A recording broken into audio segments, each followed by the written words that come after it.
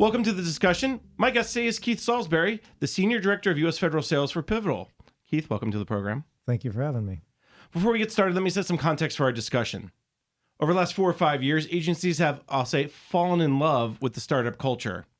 Starting with the U.S. Digital Service at the White House, GSA's 18F organizations, agencies have been trying to change their approach to buying and developing technology. Whether it's the Departments of Defense, Homeland Security, or Veterans Affairs, and many, many others who have set up digital offices, and even a few have established those digital offices on the West Coast to try to, what I'll say, tap into that vibe. USDS even developed a digital services playbook detailing 13 steps to improve citizen services. These range from using agile and iterative practices to using data to drive decisions to deploying a flexible hosting environment.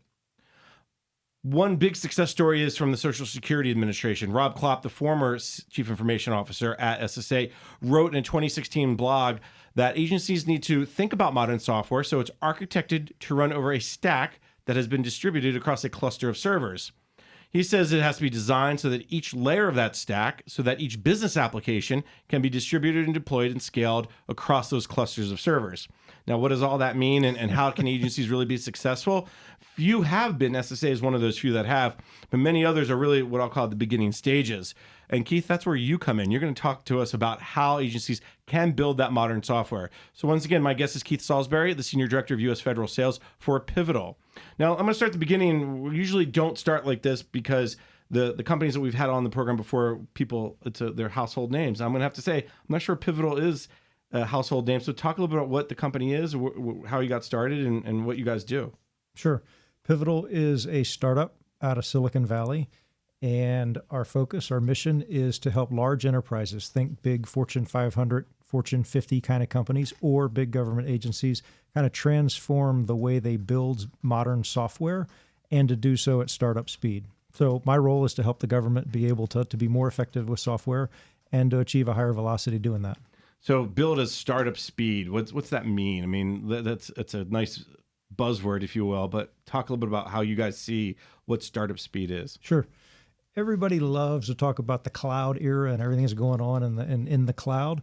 But if you look at these cloud native companies that are starting to be really disruptive, what makes them so is their ability to build powerful software that creates a compelling experience or enables them to change a business model and disrupt any given industry. And we've seen that with the countless apps we now turn to do things that we used to happen in fundamentally different ways. The big distinction in terms of startup speed is folks like that in Silicon Valley, they could have an idea today and turn that into working software that touches a customer or touches the market by the end of the week, if not the end of the day. Most of your big traditional enterprises, if we've got a good idea, it might be 9 months, a year, 2 years before our idea becomes working software that touches our end users. So that delta between the two is really a big distinction. And our role is to help big enterprises move more quickly at leveraging software to do whatever it is they do. I think one of the challenges with that is the government really ready for that? Are they really ready to get into that market? So talk a little bit about, if you will, what's it need to build modern ways? Sure. So I would lead with, I think the leading question is, does the government really need to? Does the government need to build software like a Silicon Valley startup? I personally believe the answer is absolutely yes. I think the fiscal realities have clearly kicked in, and I think modern software holds the greatest potential for government agencies to transform what they do and how they do it in a powerful way to deliver on their mission. So I think it does hold that great potential. Things that stand in the way in government, there's an endless list of things that have created this calcified, slow-moving world in which government agencies do this type of stuff. The way they develop their requirements, the way they build programmatics around any given initiative, the way they do procurement or acquisition, the way they do program management. There's all kinds of things that stand in the way from going fast. But we found a handful of pioneers in government that are really leading the way at moving faster with software to change the way their given agency performs their mission. And it's been very fulfilling to work with them. And I think one of the things to bring up is those endless reasons why you can't, but there's so many reasons why you should. And I guess it goes back to that idea of should they be like the private sector? Should they not be like the private sector? But before we kind of go down that path, do you get a sense that the government understands that they need to change, that they need to build the software differently? Yeah, absolutely. In the last 2 weeks, we've seen the leadership at the Air Force and the Army at the highest level step up publicly and say, hey, we need to transform the way and the speed at which we build modern software in order to enable the warfighter. That's powerful when you see the DoD leadership like that, recognizing, which I think is a reality. Software is a strategic asset, and it has that capabilities going forward to be central to what you do. And the government has learned over time that's, software and software development was really something they outsourced. But if software is going to be a strategic asset for how you do your mission going forward, that's really a capability you need to deeply understand so that you can provide vision and direction for it and provide oversight and guidance for how it happens in your agency. So I see a lot of agencies at the most senior leadership level really leaning into rediscovering this ability around building and running modern software effectively to support their mission. And it's interesting, you both said that Air Force and Army have stepped up. One of the things that I'm seeing throughout the government is this recognition from not just this administration, but really the last administration too, about where and how important IT is. And I think it all comes back to software. We've gotten past this hardware. We have to get the new box or the new router. Everything is software now. And I think the building of the modern software and understanding why it's important to build in a modern way, I think that's really resonating across the government. And I think your example is a good one of the Army and the Air Force secretaries going, hey, this is important. What made the change? I mean, is it just the security breaches, or what made the change to get people to really recognize this? So I would point to a couple of things. Number one is I think the realities have set in, and there's a recognition the battlefield of tomorrow, you need to show up software enabled if you expect to win. And that maybe wasn't the case in the past. And, if our military, again, has an idea that will enable the warfighter to do what they do more effectively, but it will be a matter of years before that idea manifests itself into working software in the hands of the warfighter that's forward deployed. That's not moving at startup speed.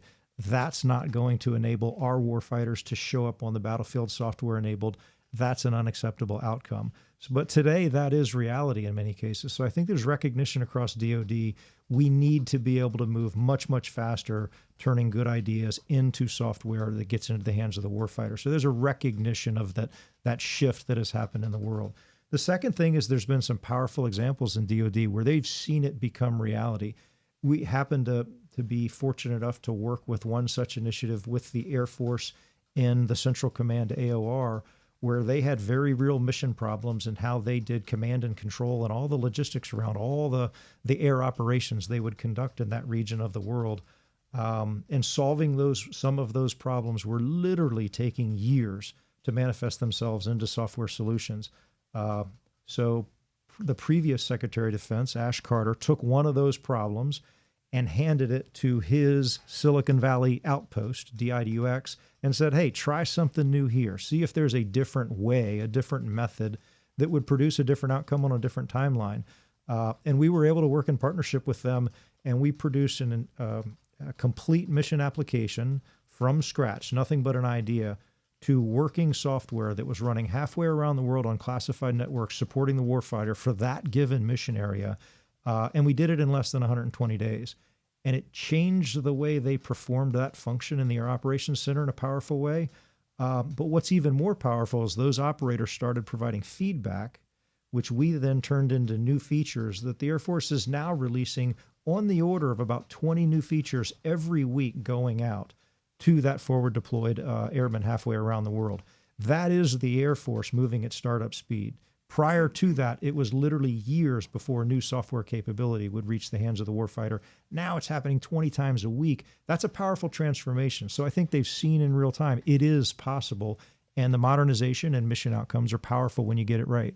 Those are two really great examples, because I think people can recognize when you're getting software to a warfighter in 120 days, That's pretty incredible.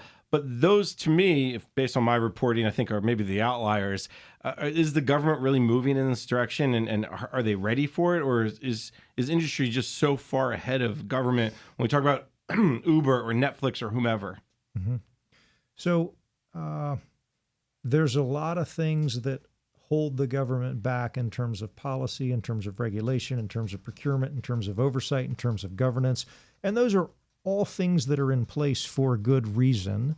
They've built up over decades, so there's a lot of it. And our government, by and large, has become calcified around it. And that absolutely stands in their way of building high software velocity or moving at startup speed. But if software is a strategic asset, if software is how your agency is going to deliver on your mission effectively in this modern era, that has to change. And we've seen several leaders step up and drive change to allow their agency to be able to do it. And make no mistake about it, the work we do with government agencies, it's the exact same way we work with startups in Silicon Valley and the exact same way we work with Fortune 50 enterprises. What I mean is we're not teaching a government light version of modern software development.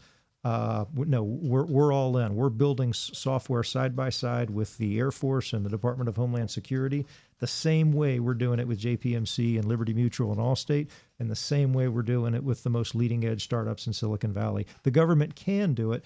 It just requires a lot of leadership to be forward thinking and work to get a lot of the policies and obstacles out of the way. And when you worked with DIUX, did those policies and obstacles get out of the way because it was coming from Ash Carter? He said, make this happen, or was this still a lot of hoops you had to jump through, but because of that leadership, those hoops maybe or obstacles got out of your way a little bit more quickly? I mean, you were able to work through them more quickly. Sure. So absolutely having the Secretary of Defense kind of lean into it, jump-started it, and helped that particular initiative get off to a fast start. I will say all of the initial activity we did on the initial demonstration project, DIUX played by all the rules. They used the GSA schedule. They followed everything in the federal acquisition regulations. They didn't play any trump card to be able to do some magic quickly. And then more importantly, I think DIUX recognized they can't scale and do this forever for everybody. It's all about enablement. So they worked hand in hand with the existing program office for that particular mission system to enable them to do it. So it wasn't like we were doing it. DIUX was doing something special on the side out in Silicon Valley. DIUX worked with the program office and really set the conditions for that program office to transform how it delivered against its program requirements. And now we enjoy a really good synergistic working relationship with both. And in many ways, the digital services offices that are, again, popping up, VA, SBA, EPA, a bunch of agencies, that's what they're there for. It's not to come in and do for any particular program or any particular project, but to really educate and help people understand, train what goes into this modern approach, whether it's agile or DevOps or whatever you want to, whatever buzzword we want to use. Is that message getting across? Because I think, as you mentioned, DIUX, they just got them going, and now they're producing new capabilities very often over at the Air Force. Do you see that knowledge transfer happening within other agencies, or is this maybe special for DoD? So I absolutely have seen that, and that's central to our way of working. When we work on a project to solve a problem by building great software, we don't do it for our clients. We do it side by side with our clients. Our clients come to Pivotal, they work in Pivotal labs, and we build it together because our focus is to enable them to be able to do it on their own and not be dependent on me or anybody else in the industrial base. It's very important for us to enable our clients in that way. And I think that holds true to the theme here. If software is a strategic asset for how you're going to run your business or your agency is going to conduct your mission going forward, then you need to have some capacity yourself for building modern software. So that enablement piece is really, really important for us, and we've seen that in government. Let's get a quick break. When we come back, we can start talking about maybe a little bit deeper into the technology side of the discussion. You're listening to Innovation in Government, show sponsored by Carasoft on federalnewsradio.com and 1500 AM.